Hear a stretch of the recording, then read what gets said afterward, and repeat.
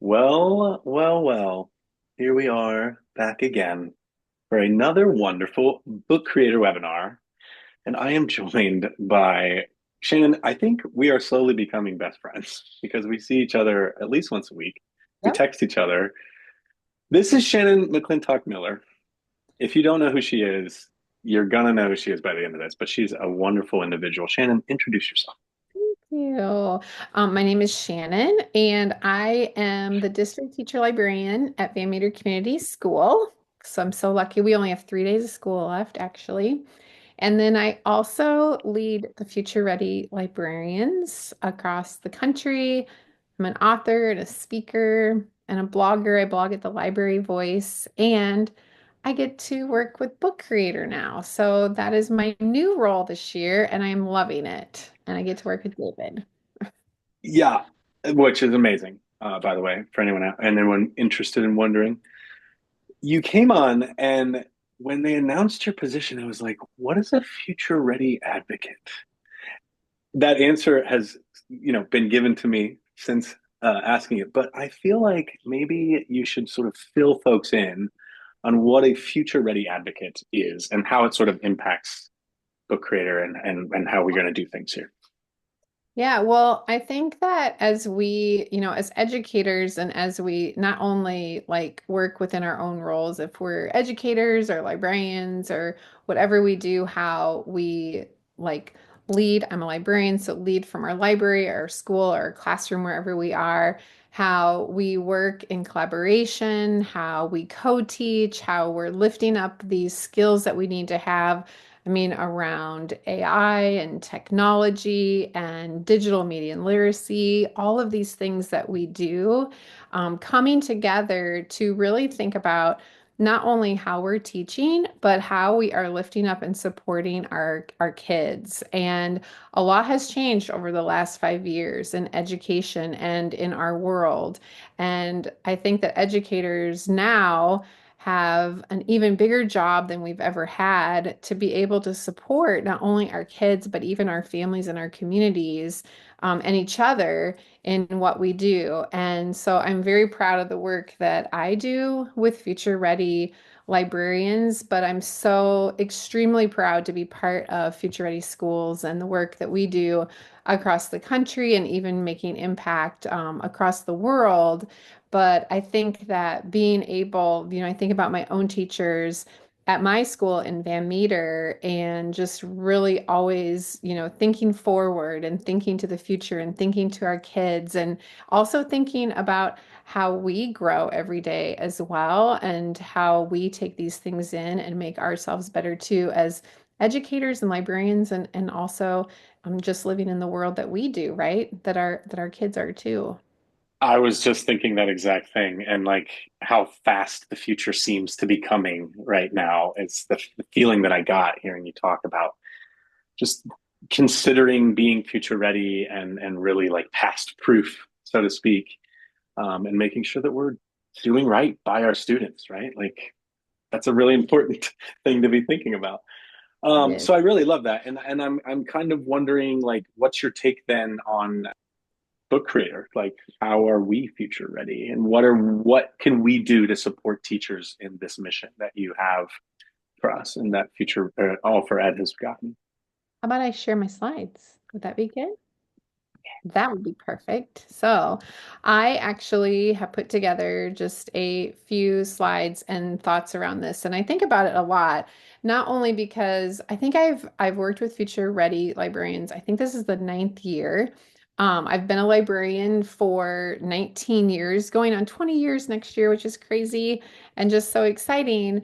But I think about, I'm lucky because I get to work with kids from our preschoolers all the way up to our 12th graders.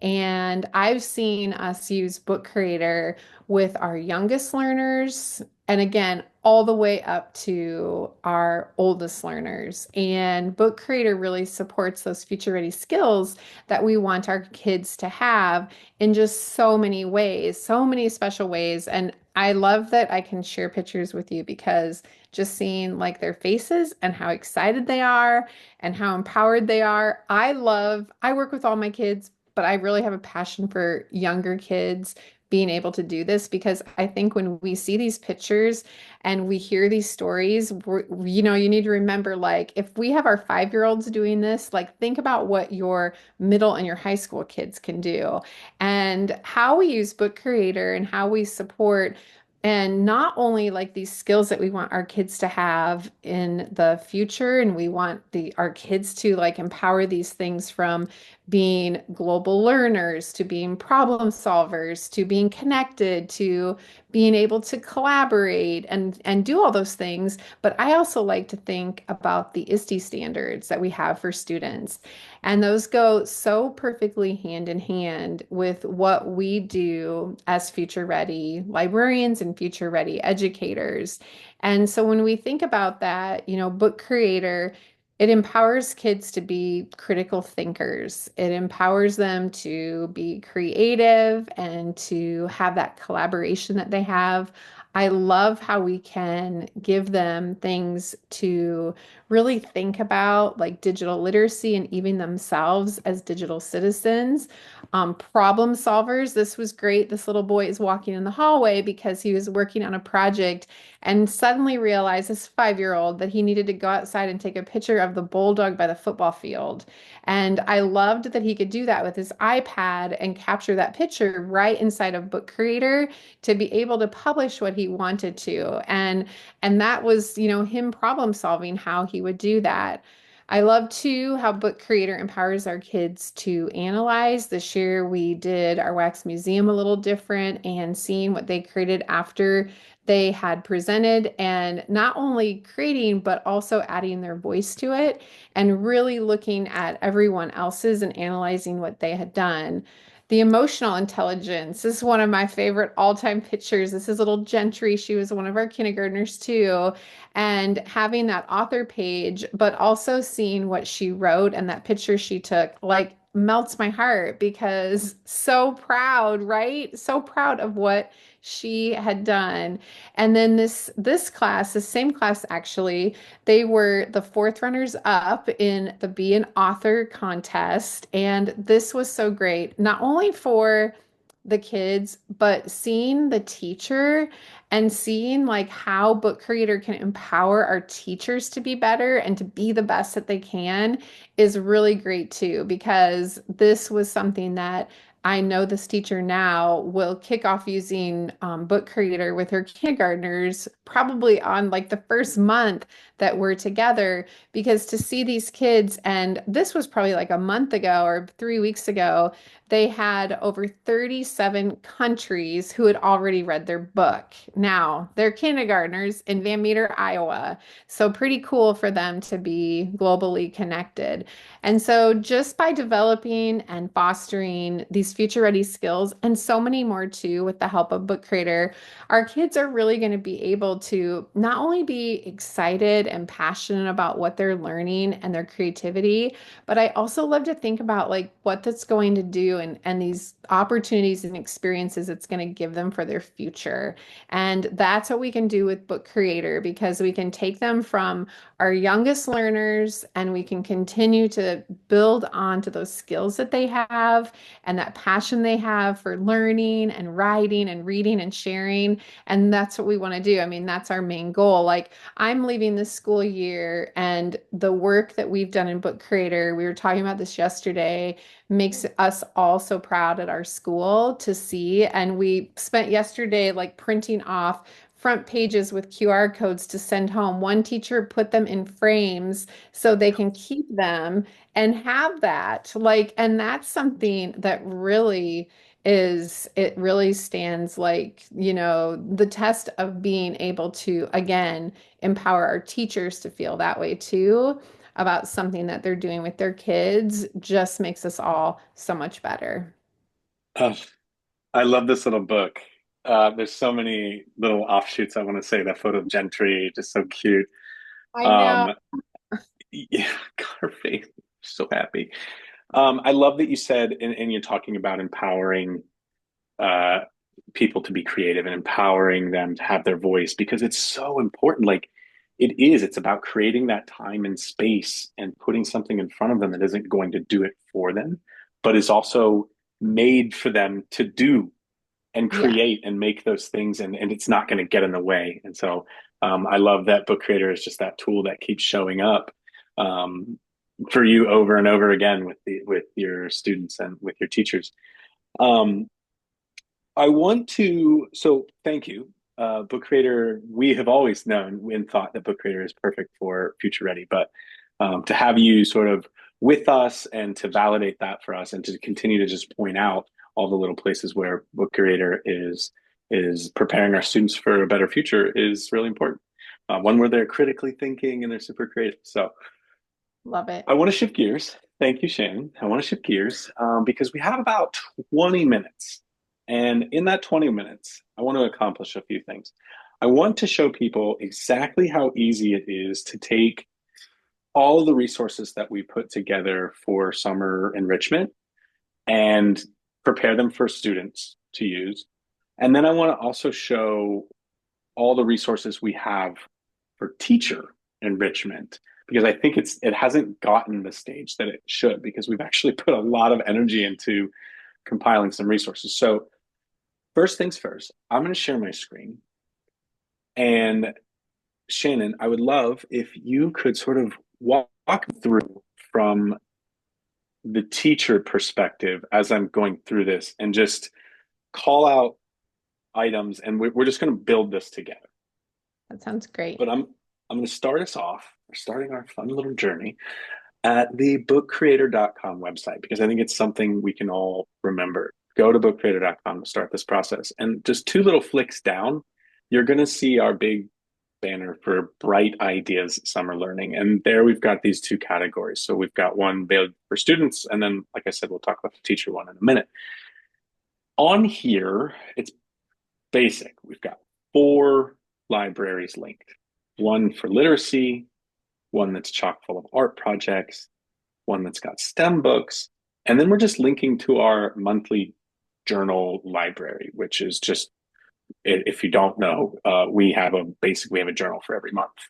And then each side of each one of these journals is like an activity for each one of the days, and some days are like themed days nationwide. So anyway, you can dig into those if you want. We're actually not going to touch the activity journals because I really want to dig into these other three categories. So what we're going to do is we're going to essentially leave here like in the next 10 minutes with a literacy activity and a STEM activity that students could be doing um, over the summer, like when you're not there supervising the process. What do you think? I love it. I think that's great. I've had a lot of questions from my students on how they can use it this summer. So this is perfect. Yeah. And before I dig into the STEM and the literacy, I've got to give the summer art project books their fair due. We have a essentially art projects built at graded for level, so K through 5, and each one of these books is just filled with a bunch of fun projects that the students can do that are aligned with an art curriculum. So you're going to see elements of artistic principles, design principles appearing in these books, but they're fun. They're made for summer learning. So I And had to give them, they're beautiful and they're so fun. They're so yeah, fun. yeah. I There's love some them. really cool activities. Yeah. Okay, let's start with STEM. So again, we're on the page here. We've got our student resource place. I click on this STEM and it loads this library. I didn't show that just in case, slow load time. And then what I can do is I'm just kind of going shopping, right? Like I can look at these books. And while I'm previewing them, I like to click this little page button. It's kind of a hack. Yeah. And you can just open it up. These books, the STEM books, are made to just give right to students. So like, right, do you agree? It's Yes, age appropriate. totally. Yeah. Things that they can do too that they would have at home or Mm, that they could easily find because I was looking at that and I love mhm. that. We all love that because we want our kids to be able to have access to those things. Yeah, buoyancy. And these are all aligned with NGSS curriculum. And I would say they're going to fall somewhere in the like third to eighth grade range, if you're with me. Okay, so let's just say we're into the water filtration and the parachute drop. As a teacher for the summer, I'm trying to provide them with some fun things to do, but I don't want to overwhelm them. So, in this example, what we're going to do is we're going to make a STEM resource and a literacy resource. And I only want there to be two books, but I actually want to give them choice, Shannon. So, here's what I'm going to do I'm going to click on the water filtration. I'm going to say remix this book, and then I'm going to select where I want to put it. Now, ahead of time, I created a Bright Ideas for Summer Learning library, and I'll share a link to like how we recommend setting that up, and we'll show you in just a second. But just so you know, I made a new library, and that's all I did. Copy the library, check. We're just going shopping, and because these are free resources, Shannon, I'm just going to take Yep, whatever I want here. I love it. So easy to This, do. yeah, and we'll do one more just because it's fun. Summer, Here's choose a good. it. Yeah. Free's good. And check this out. It's got this link. So after I've copied the books into the library, I can just go straight to the library. And so it actually takes me to the library. And you can see here that they're copying in. So right away, we went shopping. We've got some books in our library. Now, jump back to here. The summer reading journals. This is the literacy focus. When I click on this, it opens up this library. Now, do you notice anything in here, Shannon, that rings Well, a bell? I love that there's an epic one. And I think it's great too because some of these are connected to Sora. And as librarians, we love to like connect our kids to reading and journaling and all the things and just be excited about it. So I love that. And I love Yeah. the reading journals too. They're so great. And those are the ones from Sora. So I mean, how would you pick? I would pick all these if I was a librarian. Oh, that's why we love you. I think so. Here, I mean, let me explain that. I guess the Hickory Hollow ones are sort of separate. Sora is releasing a series of books in the Hickory Hollow series, and these are like a little more middle school geared because they're chapter books. And what we've done is we've created reading response journals that are grade level specific, but that could work with any of the books in the Hickory Hollow series. And these are free books. If you're a Sora, any kind of Sora subscriber you get, these are free, but they're written by the Sora team. And essentially, they have got science of reading, literacy aligned projects at grade level for breaking down the setting, looking at theme, text structure, point of view, right? So all the things that we would expect at the particular grade levels. This one is the fourth grade.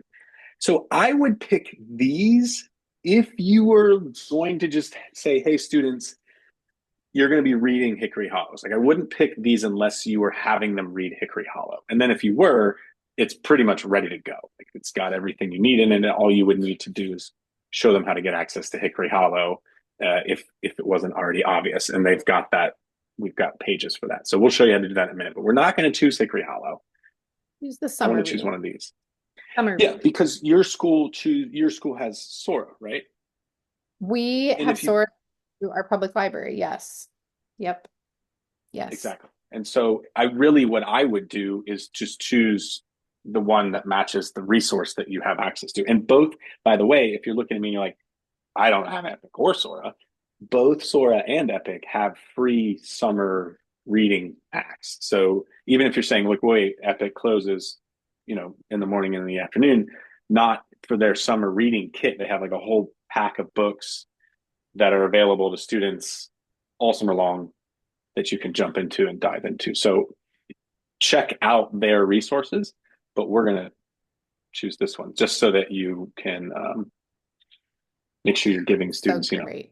stuff they can read. Okay, going shopping, remix, you know the deal. Summer. Yeah. Okay. And then I'm going to go to the library. Now,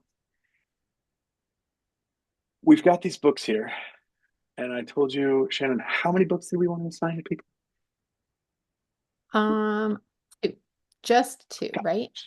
four. Yeah. Yeah. So I'm going to show you a fun little trick here. I'm going to select these three books and I'm just going to click combine. And I'm going to call this STEM Summer Fun. And I'll leave my name as the author. It's going to create a third book that is essentially all three of those books stacked together. And so I'm going to let that process while we dig into this guy. And then I'm going to come back to that. Okay. This summer literacy pack, this isn't exactly ready to put right in front of students. And I'm sure you can see in your mind's eye as a teacher where some of the pitfalls are going to be. So let's dig into this because we've given you lots of things. So we've given you this really fun front page, but then we've got a teacher guide, right? And this is just talking a little bit about Shannon, why would we even have students reading in the summer in the first place? My gosh, Right. so many reasons. Well, number one, hopefully your kids want to read and they love to read. We did summer reading kickoff yesterday at our school, and we always have the public librarian come and we go around and talk, and the kids are so excited. But also, we're like we want our kids to still be reading and learning and engaged in the summer and working on those literacy skills, but that love of reading. 12, 13 weeks or whatever we have is a long time. And so we want to be able to support them. And not only our students, but I want to also like remember our families because they're looking for things too. And these books and the support that we can give them is so important for our families. I agree. Yeah, I agree because they just need stuff to do in summer and it shouldn't be a PDF worksheet that you print out and give them. I'm sorry. No, it Don't do shouldn't. that. And it should be Okay. good things they can do. So we want them Right. to And be passionate about that. I like too that we've spent a great deal of time making sure that these activities really align with what you expect to see in a curricular environment, but that we made them really fun, right? Like we They're have so making, great. Yeah. right. So there's some front pages in here, and we've given you instructions. So you can see now that I'm editing the book, you actually get access to the margin spaces, which when we're designing them, we fill up with stuff for you. So even when you're shopping for books, remember how I showed you before the remix thing? You couldn't see the margins. So it's not a bad idea every once in a while when you're shopping for books to just copy the book into My Books, which is kind of like your My Drive, and just check it out. Because this one actually has that video that I was just talking about, all about how to create your summer library and make it safe for students because you're not going to be supervising them. And so you kind of have some extra precautions. But you can see here that we have included some instructions on what to do once you've used the page, right? And so I've already done this, I've set it up for success. So from the page menu, three dots, delete. I don't need the students to see that, right? Teacher guide. Shannon, you just explained it. We're good. This little checklist, which, by the way, we've already done number one and we're halfway through number two, and I'm going to show you how to assign it to students in a moment. So we'll leave that one for now. There's some customization pieces in here. So this is kind of just cueing you into this idea that the students are going to look at this and maybe need some instructions, right? We've got a book log. So this is talking about how to customize the book. Check. It also says delete that if we don't need it. We included this. Shannon, you just talked about this. I love this. When I saw this, because I always include a letter to the family on anything that I do. If I'm sharing a choice board or something digital or something from the public library, like we need to include things so our families like understand how to use them because they need help too and why it's important. Mm-hmm. I No, love that. I agree. And it's got the one support article in there, but this also might be a space where you see opportunity to provide a little bit more context. Now, you see it's delete page. We don't actually intend for you to leave this page in. You could, because heck, a parent might be looking through the page. What we actually did was we just kind of put this in here for you to go in and select all copy so that you could use this in like an email. So we're trying to make this as easy as possible.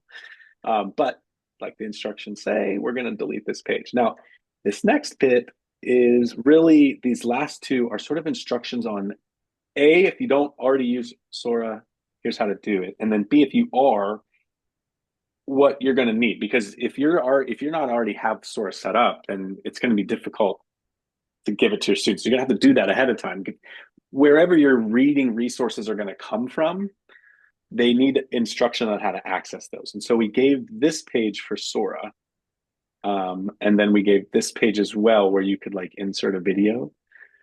The same types of pages are in the Epic book of just, but then if you're not using Sora or Epic and you're using some other resource where they can find digital books, or you're sending them home with a stack of books, just hack up these pages and make them work the way you want. Like you can just delete this stuff. Like you don't even have to keep all this in here. Look, bye. And I can just leave my own little video however I want. Once we're there though, check the activities. Looks good. Okay, we don't need the Sora. Well, we do need to leave the Sora instruction pages because maybe we're going to enter, like this is an important piece. You're going to want to enter in your school code or however you're, getting the students in there. Once it's ready to roll, got your instructions put in, it's ready to assign. And so I'm jumping back out to the library level. We're going to do a little bit of cleaning up here. So I'm going to select the 3 STEM books and I'm going to delete them because we've got our brand new one over here. Yeah. And then I'm going to assign these to students. That way, when they enter the library, they're going to get their own copy. Shannon, you're using assign feature in your. Oh yeah. Yeah, it's great. And so it's so nice for all the kids, but really nice for we use Google and so it's great because we have them. I even make Yes, little barcodes out of that invite code for our kids using their iPads, which works perfect. this guy. Some Yeah. people don't know about that actually. So you can give them this to get the students to join the library. Just go to app.bookcreator.com, they sign in, or you can just hot link. And I love that you just give them a little QR code. Mhm. So this book is assigned, which means anyone who joins the library is going to get a copy. And then we'll assign this very ugly covered book and do the same thing.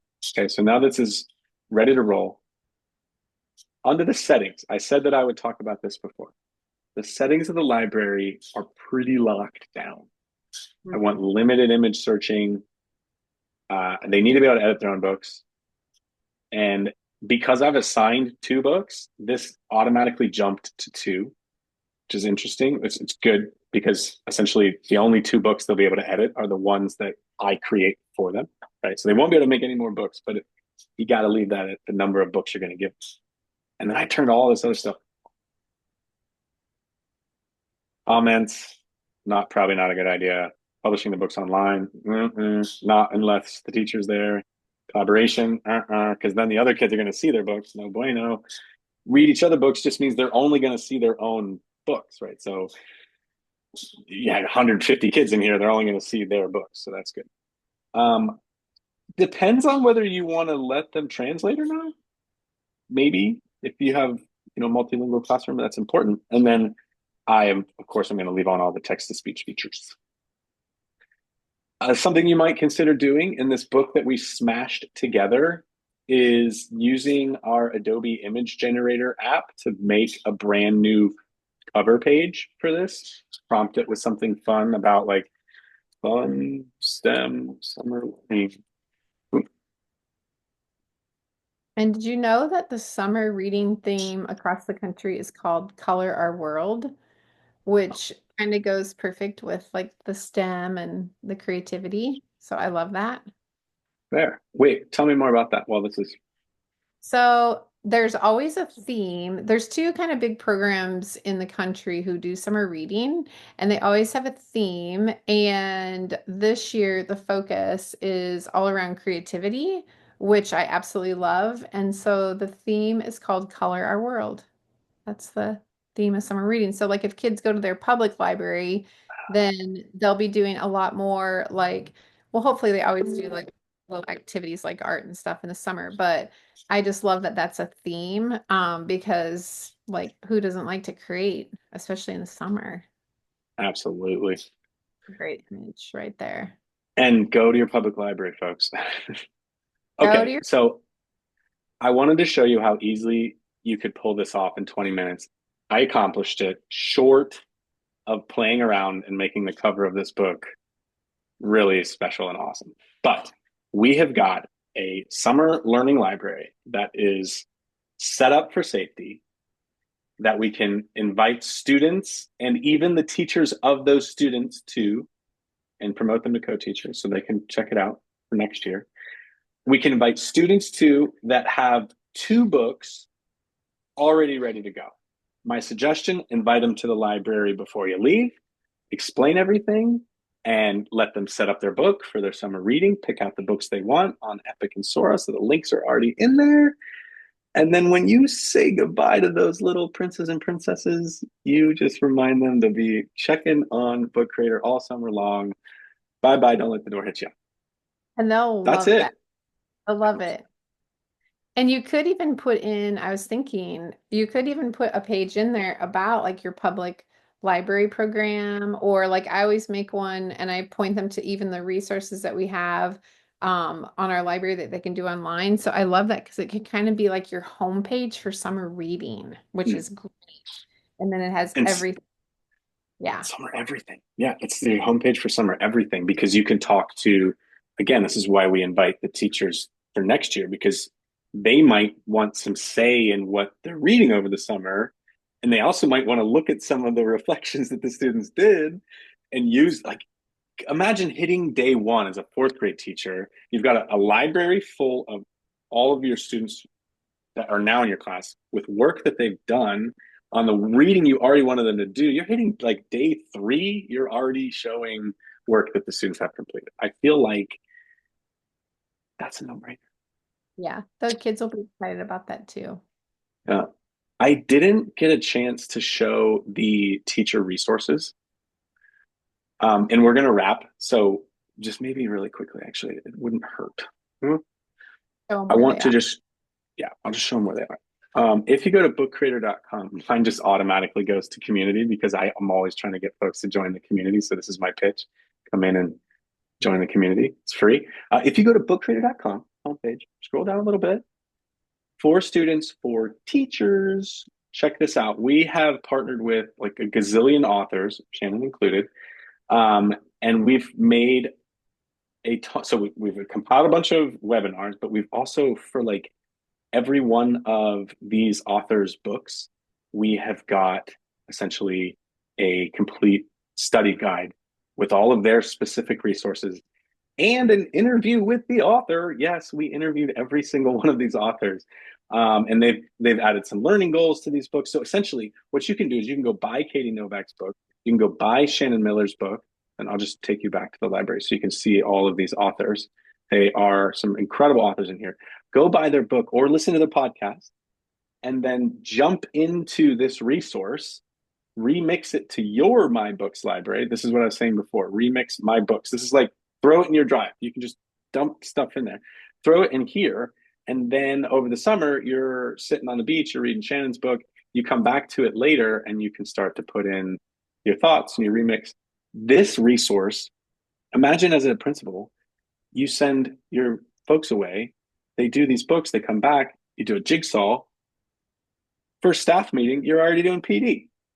That's so I'm cool. dropping the mic. That's a really great idea. Yeah, exactly. You come back and do like a little jigsaw. So anyway, those are some of the ideas that we had. There's a question. Stephanie asked about high school resources. We have high school resources.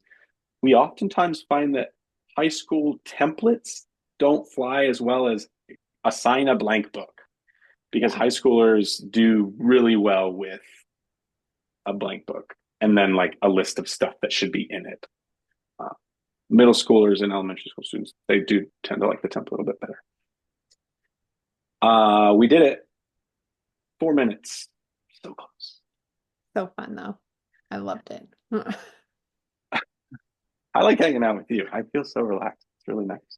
Fun. I know it's fun to think about. Like, I mean, I'm sitting here thinking of all the things I have to do before Friday, but this is something that I know that the kids will all love. So I hope that you guys try it out too, because I hope you so. know, yeah, Even if all you did was assign a blank book and then ask ChatGPT to come up with 10 fun activities for kids to create or something, like the barest minimumist thing that you could ever do, I think it's still a value add. So thank you Total. everyone who watched. There was quite a few of you.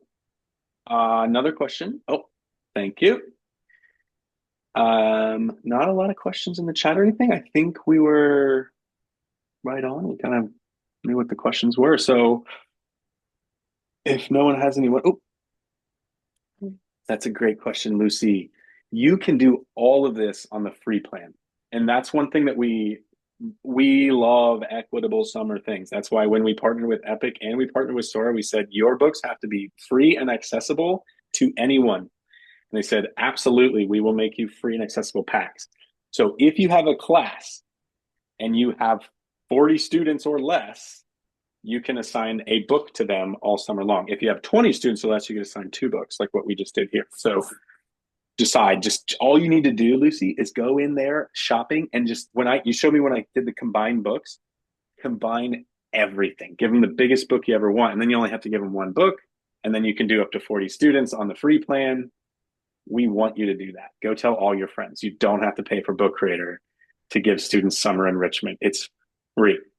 Tell everyone you Well, know. it's great too because you could even pull in those. Like my kids have already asked me if I'm going to share the journals, and you could Mm. do July, August. Those journals are already there. Like a great thing to share. You could pull them all together. Um, so I'm doing a quick search for. I usually have the amazing Katie Fielding with me, and she's like got every link pulled up ever. So, Lucy, that's a link to a support article on how to have students log into Book Creator without an email address. So, yes, everyone out there listening, you don't even have to worry about usernames or passwords. You can literally create student logins with QR codes, and then you physically give them that QR code. They go home with it, and they just scan that QR code, opens up their library, they're logged in. Check. If you're already using Book Creator, of course, you can just have them use the login that they already use. That's going to be good.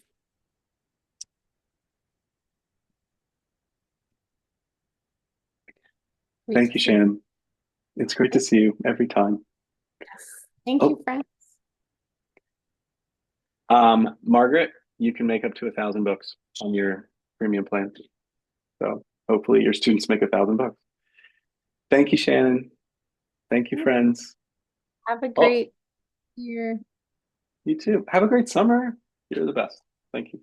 Talk soon, Yeah. everyone. Bye.